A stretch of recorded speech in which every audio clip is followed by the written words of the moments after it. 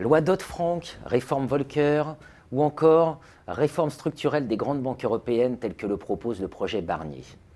Il n'est qu'à juger de l'intensité, pour ne pas dire de la violence, des débats qui agitent les colonnes des journaux dès qu'il est question de régulation des activités financières pour constater que la question est sensible, très sensible même, et ceci au moins depuis la crise qui a débuté à l'été 2007.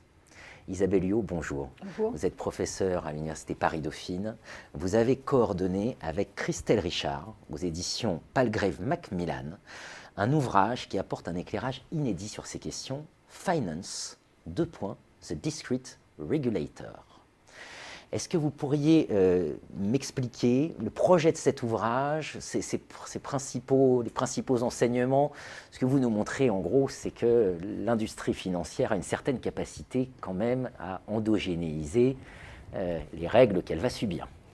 Oui, absolument. Alors, comme vous l'avez bien rappelé, cet ouvrage s'inscrit dans un contexte particulier qui est celui de la crise financière mondiale qui a débuté à l'été 2007 et qui a mis l'industrie financière sur le devant de la scène. Et alors que la majorité de beaucoup d'analyses mettent l'accent sur la manière dont la finance peut être régulée, dont l'industrie financière peut être régulée, l'objectif de cet ouvrage est assez sensiblement différent, puisque la thèse qui lie les différents chapitres et qui fait finalement l'unité de l'ouvrage, c'est de dire que dans le contexte du capitalisme de marché financier, la régulation revêt des modalités complexes de collaboration entre les acteurs privés et les acteurs publics, entre ce qu'on appelle les régulateurs et les régulés.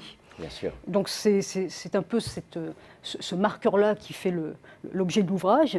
Et cette collaboration complexe se fonde finalement sur une façon de voir le monde, un cadre cognitif un peu particulier qui finalement peut être considéré comme le véritable régulateur, un régulateur qui en fait est un régulateur intellectuel assez discret et sur lequel chaque chapitre de cet ouvrage va mettre un coup de projecteur. Alors donc la discrétion, enfin ce régulateur discret, donc comment fonctionne-t-il? Oui, alors ce qu'on montre, c'est qu'il y a une grande diversité d'acteurs dans le monde de la finance. Alors évidemment, on va se focaliser beaucoup sur les grandes banques d'investissement, mais aussi dans le chapitre de Jérémy Morales et Anne Peuzet sur les contrôleurs de gestion, qui sont des relais de la financiarisation de l'économie. Interne Voilà. Ouais. Sur les agences de notation financière également, dont le maintien institutionnel est particulièrement prégnant, malgré les critiques dont elles ont fait l'objet, également même sur les déontologues de marché dans les banques. Et donc, on étudie cette diversité d'acteurs, cette variété d'acteurs qui participent tous au processus de régulation et qui, comme vous l'avez bien dit, finalement vont endogénéiser les règles du jeu, vont les construire. Et on détaille les tensions, les jeux de pouvoir, et on montre comment la finance tente d'imposer ses pratiques, ses règles du jeu, au détriment de l'État et souvent de l'intérêt général, et comment ils vont tenter de stabiliser des arrangements institutionnels, de les façonner, de les contrôler. Dans un sens conforme aux intérêts des acteurs de l'industrie. Absolument. Et il examine finalement comment ces acteurs financiers vont diffuser leurs idées, imposer leurs pratiques, leurs normes, leurs standards, vont établir les règles du jeu au moyen souvent de ressources économiques, culturelles, politiques, techniques assez considérables. Bien sûr. Donc tous ces acteurs sont dotés d'un véritable pouvoir régulatoire qui consiste à instiller et à infuser la logique du monde financier dans les esprits et même dans l'esprit du régulateur. Et c'est ainsi que dans l'ouvrage, on parle d'une véritable financiarisation de la régulation financière. Extrêmement intéressant. Dans le chapitre que vous avez coécrit avec Hélène René-Livas, vous appliquez, enfin vous traitez du cas du marché des dérivés de crédit. C'est-à-dire vous avez mené une recherche vraiment de long terme sur cette question. On voit très bien le rôle des banques d'investissement dans la construction même du marché. Donc absolument, oui. Donc ce marché des dérivés de crédit est un exemple assez emblématique. Il faut savoir que les subprimes qui sont à l'origine de la crise de 2008 sont une déclinaison des dérivés de crédit. Donc c'est un élément important.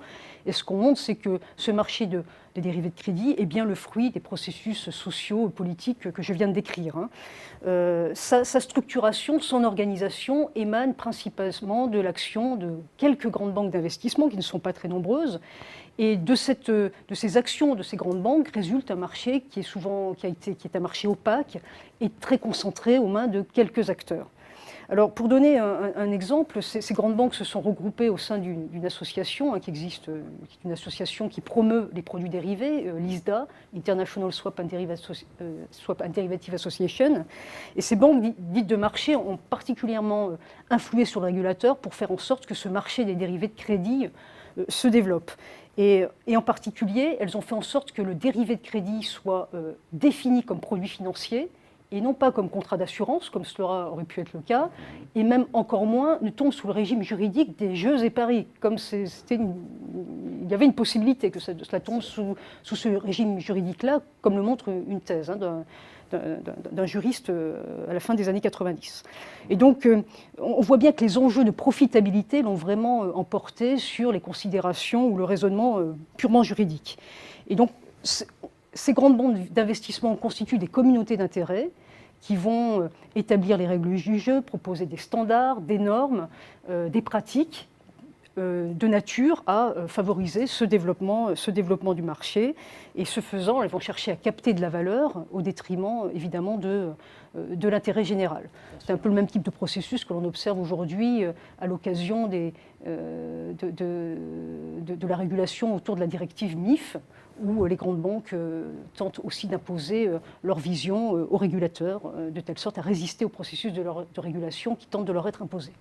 Alors c'est vrai qu'on parlait de la crise de 2007, ça fait 2014, 7 ans plus tard, on a quand même le sentiment que assez peu de progrès ont été faits. J'évoquais le cas du projet Barnier, de tous les débats. Il y a eu beaucoup de débats sur la séparation des activités bancaires. Ce que vous montrez très bien dans ce travail, c'est qu'il y a quand même une puissance de feu et de frappe de l'industrie financière qui est absolument considérable.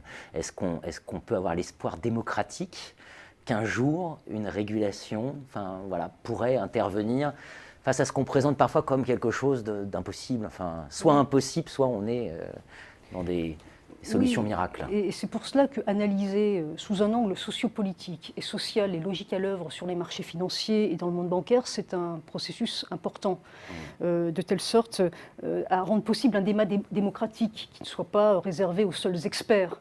Parce que comme l'on sait, ce monde de la finance, c'est un monde ultra technicisé, ultra sophistiqué, dont on a du mal à comprendre les logiques.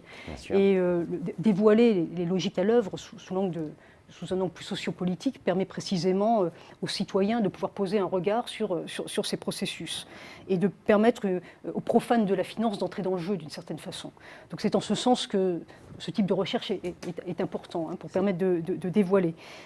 Pourquoi ? Parce que le mode de gouvernance actuel tel qu'il se présente dans la finance est un mode de gouvernance très instrumental, très technique, qui ne réclame pas spécifiquement le déploiement d'un discours très idéologique pour se développer ou pour se pérenniser, qui désarçonne la critique, pour reprendre ce que dit le sociologue Luc Boltanski, ce qui présente comme quelque chose d'inéluctable et de parfaitement nécessaire, et qui se donne à voir de manière parfaitement incontestable. Donc dévoiler, montrer, ça permet de faire entrer d'autres parties prenantes dans le jeu et d'éviter que le débat ne soit réservé qu'aux seuls experts et qu'aux seuls connaisseurs du monde de la finance, dans un contexte où, comme je viens de le rappeler, ces produits financiers sont extrêmement techniques et extrêmement sophistiqués. Et c'est vrai qu'on arrive sinon à une crise de la responsabilité, parce qu'au fond c'est ça la crise, c'est l'incapacité aussi à imputer des responsabilités. Les chercheurs en management peuvent avoir, avec d'autres disciplines, vous avez évoqué la sociologie, là, je pense au droit par exemple, des relations nouvelles avec un regard spécifique. Oui, et donc ne pas réserver ce type d'analyse aux seuls économistes, bien que évidemment leur regard est éminemment important, ou aux seuls spécialistes de finance, mais faire en sorte qu'un ensemble de disciplines des sciences humaines et sociales puissent aussi se saisir de cet objet, comme je l'ai rappelé, particulièrement technique, donc il nécessite aussi une certaine compétence technique pour l'analyser, mais qui au demeurant comporte aussi des logiques sociales et organisationnelles à l'œuvre qui méritent amplement d'être regardé et scruté. Finance, The Discrete Regulator, donc aux éditions Palgrave Macmillan. Isabelle Huot, donc coordonnée avec Christelle Richard. Je vous remercie de votre venue. Merci beaucoup.